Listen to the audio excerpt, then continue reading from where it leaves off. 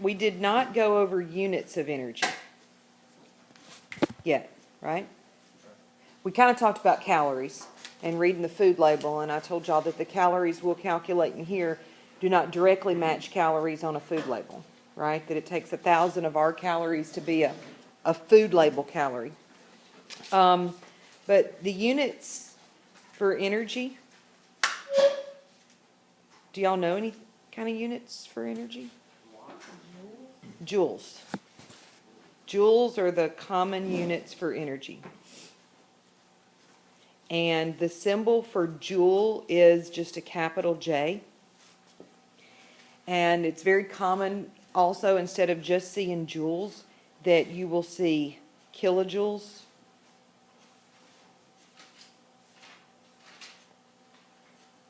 And kilojoules would be written like that. The relationship between joules and kilojoules would be what? 1,000. 1,000 joules is going to be equal to a kilojoule. And then, of course, I'll go ahead and put here that a food calorie is a capital C, and it takes 1 food calorie to equal to 1,000 of our calories, lowercase c, that we calculate.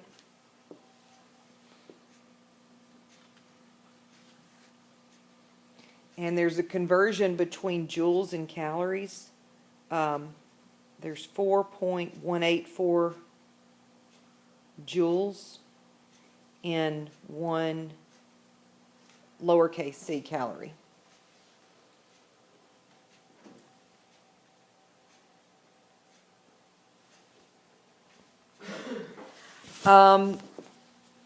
The next part is kind of our introduction to thermodynamics. And we're going to talk about a function that's called a state function.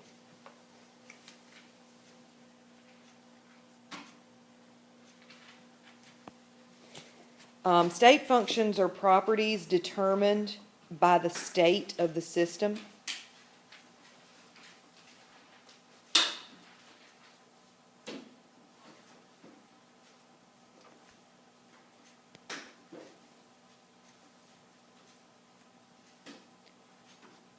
And sometimes that's also said, it doesn't matter how the state was achieved.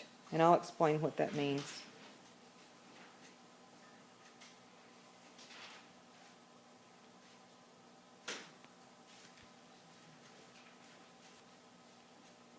How the change occurred.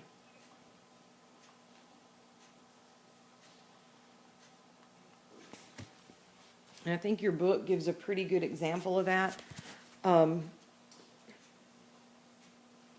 If you're in a multi-floor building, say a building that's got 10 floors, if you start off on the first floor and you end up on the 5th floor, then what is your change in floors? If you start at 1 and end at 5, then you've changed 4 floors, right? Okay, the change in floors, does it matter how you got there? No, you changed 4 floors. Well, how could you have gotten there? The path you took to get there, you could have climbed the stairs, right? You could have taken the elevator.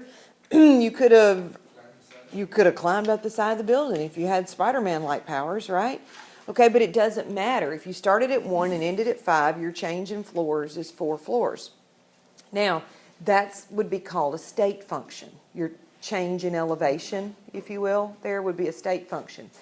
Now, the path you took, the energy it took to get you from the 1st floor to the 5th floor, would the energy required depend on how you got there? Yes, the energy would, right? Because you would have to do a lot more work if you took the stairs versus if you used the elevator, right? Or a lot more work if you climbed up the side of the building, okay? But the change in elevation, it's not going to matter, the path you took. Some of our thermodynamic quantities are going to be classified as state functions. For example, energy is a state function. And the symbol for energy is usually a capital E. You will notice that your book, when your book refers to internal energy,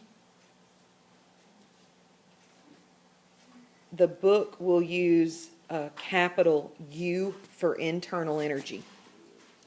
And what is the idea of these being state functions? What does that mean? What does that matter to us? Well, it means that since they're state functions, we can measure just the difference between where we start and where we end as far as energy goes. So we can measure changes in these functions. And are y'all familiar with seeing the symbol delta when we're referring to changes in? Okay, what does delta mean? Like if something said delta E, what does that mean? Change in energy. It means change in energy. Okay, how do you measure a change in something? Okay, change in usually means final minus initial. Okay, so it's where you end up minus where you started from. You can measure changes in volume, right? Y'all do that. You did it in the last lab. You'll do that in today's lab.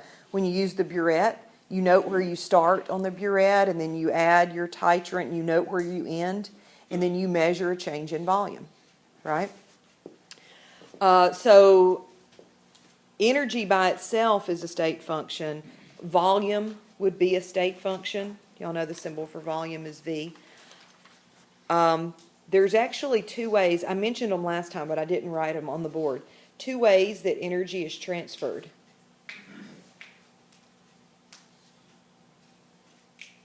We talked about them, but I don't think we wrote them down.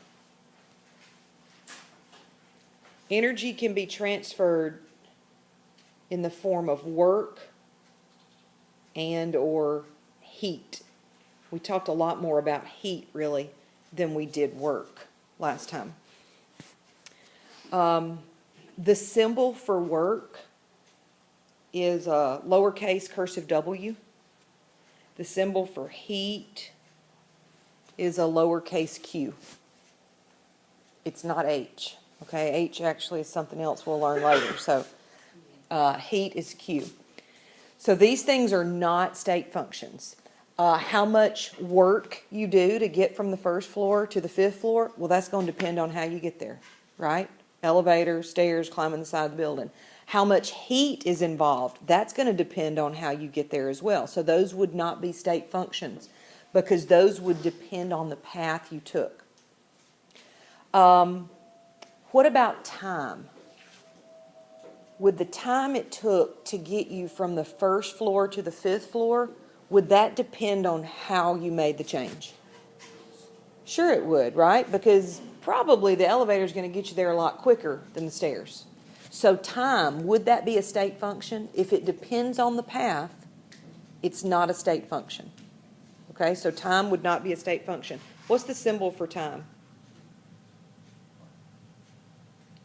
T. T is usually our symbol for time. Now, I hate that I have these on different slides, but look, the things I have listed here, like energy and volume, those things are state functions. The things I have listed on the next slide, work, heat, and time, those are not state functions. How are you going to know the difference? Can y'all spot the difference without having to think through, oh, well, we just said this one would depend on the path, and she said that one wouldn't. Can you see how to identify the difference?